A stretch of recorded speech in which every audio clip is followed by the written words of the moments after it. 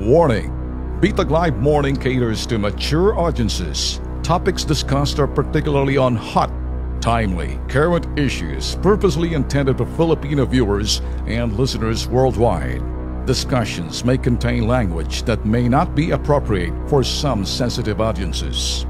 If you do not approve of the content listed above, please do not watch our videos. If you wish to continue, we strongly advise that you proceed with caution. Viewer maturity is advised.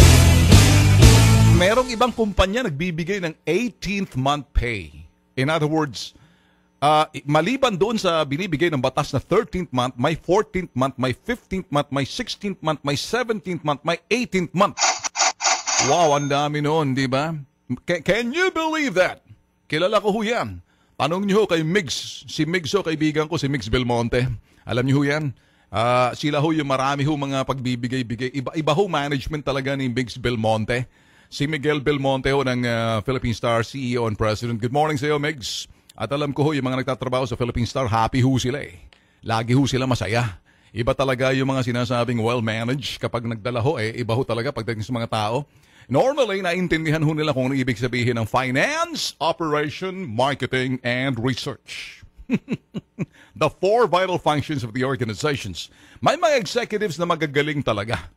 Kung pag-uusapan ng management now, they're the best.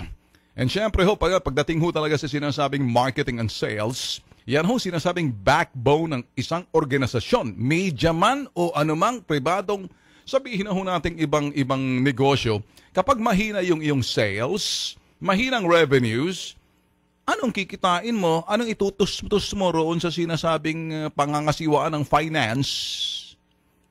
At yung pangangasiwa ng finance, ano naman pantutustos ng finance sa operations or production? Sige nga. Kapag medyo mahina ang research and development mo, yung mga produkto o mga serbisyo, kung ano yung mga nilalabas mo, baka hindi tangkilikin. Kaya kuminsan bagsak-bagsak. Hindi na, sinasabi natin, hindi tinatangkilik dahil hindi matugma-tugma yung sinasabing market demographics.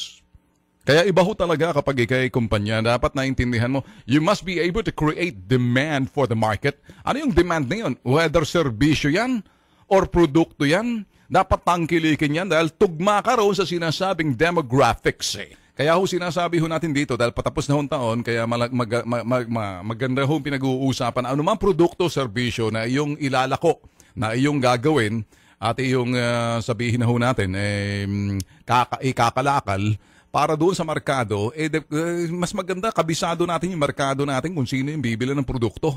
Kung sino yung mga merkado natin sa aming market demographics at saka yung social class. Anong klaseng produkto ba yan? Sinong bibili niyan? Mas maganda ito yung pinag-uusapan ho natin.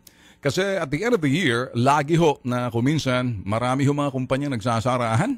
Maraming mga kumpanyang nalalagay sa alanganin, sinasabing uncertainty, alang katiyakan, at medyo yung kanilang mga tauhan, ay sus, Maria Jose, pag nagsalita, tinatakot pa yung mga nasa ibaba nila. Kayong nasa middle management, shut your mouth. You know, instead of being encouraging, you must be encouraging your people below you. Kaya kuminsan marami hong resignation, marami ho yung mga taong umaalis sa isang mga kumpanya sa bibig ho ng mga sinasabing ehekutibo. Kung anong kanilang takot, pangamba at alang katiyakan, gusto nilang idikdik at itransplant doon sa ibaba nila. Kaya nasa ibaba nila, walang gana magtrabaho kasi nakikita, wala hong passion, enthusiasm, and dedication nasa gitna. Kaya kuminsan, ang dami ho nagre-resign ng mga tao, depende ho kasi nang nasa gitna kasi the management. Mas maganda ho kasi kuminsan kayo ho leader, kung kayo ho'y nagdadala ng inyong mga tao, be a good inspiration to your people. You must encourage, motivate, inspire. Ganun ho importante. You must encourage, motivate, inspire, and equip. Turuan nyo. Magdagdag kayo ng kaalaman, hindi yung ang dadamot ninyo. Parang akala nyo hanggang sa libingan, madadala nyo bang inyong kaalaman na yan? Be like a river flowing. Kung tawagin nga ho, nakikinig ho sa ating iba dyan. Nakaka-relate ba kayo?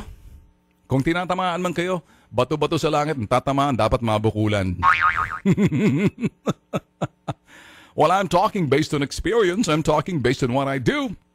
Kaya ho nakakapagsalita tayo rito kasi ganyan lang naman ho yan eh. A lot of experts when it comes to sabihin ni, human relations, employee relations is based on sabihin na ho natin doon sa mga bagay na sinabi ko. Kaya kuminsan, kapag magugulat na lang isang kumpanya kung bakit marami ho nag-aalisan ng mga tao kasi nakikita ho nila, they fail to see na yung nasa gitna are not a really good inspiration, not a good motivator.